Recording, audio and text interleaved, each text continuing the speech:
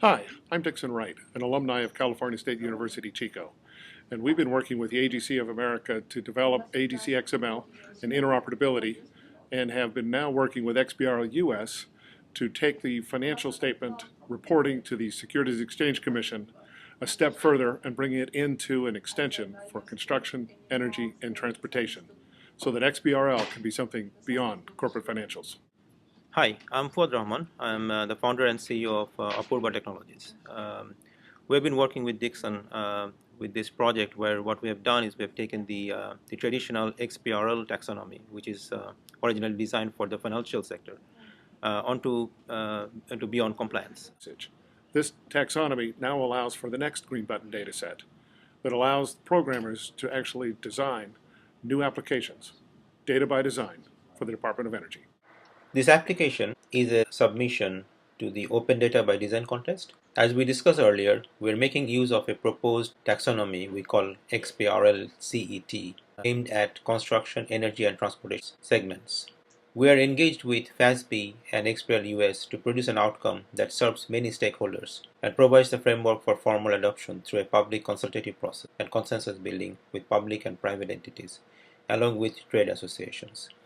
As you can see, the proposed taxonomy in the prototype format is given here, and if you click on this link, then you can actually download the taxonomy in Excel format.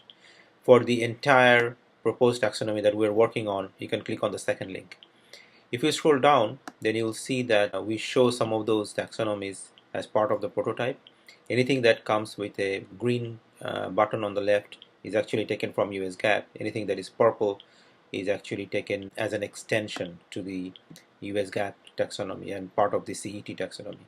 And if I click on any of this button, then you'll see the attributes corresponding to that element actually change. So in this tab, we show the different projects and the information about them.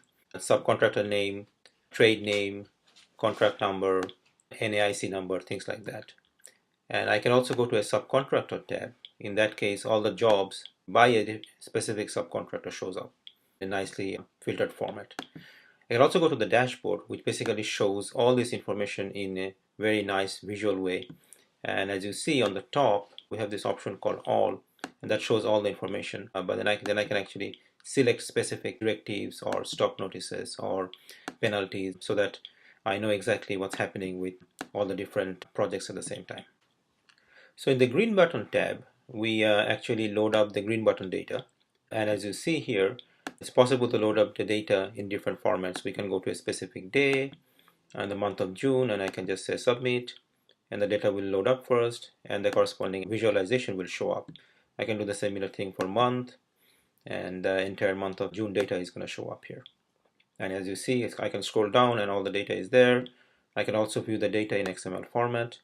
If I click on that link, it will basically show the data in XML format. Now let's look at the weather tab on the top. And if I click on the weather tab, then we get some weather data loading up here. We are looking at some thunderstorm activity and some snowstorm activity. And just like the green data, this data also shows hour by hour, day by day, exactly how what's happening. So I can also pick up a particular day and submit the data, and it will load up the data just like that. It's basically showing the severity. And I can obviously do the same thing with monthly or any other thing.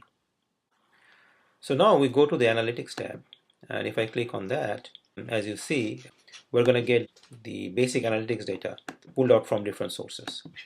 Let's go to the monthly tab, and if I look at the first project, you see there are 4 projects in that scope, time scope. And what we have done is we have actually, if I move my mouse on top of it, it shows the information related to the project. For example, the end date was the 10th of that month. At that point, there was certain power demand. And we also show the project status in terms of completion. And if there is any problem, that there is a severity marker too. As you notice, there is actually a color that shows the severity. Also, the size of the circle depends on how badly a project is actually performing. We can actually now pull data from other sources, for example, the weather data, thunderstorm activity, and we can actually superimpose that just like this, like what we did before, in terms of showing the project status for those 4 projects in that scope. Similarly, we can do exactly the same thing for snowstorm activity too. So basically what we have done here is we've shown a way of pooling data from different sources. The data is in XML format. It can be an open source data or it can be closed source data. It can come through API or some other databases. But it is possible for us to pool all the data and then analyze how projects are actually performing. And we can only do this because we're using an interoperable data format, XBRL format, using the CET taxonomy that we talked about before.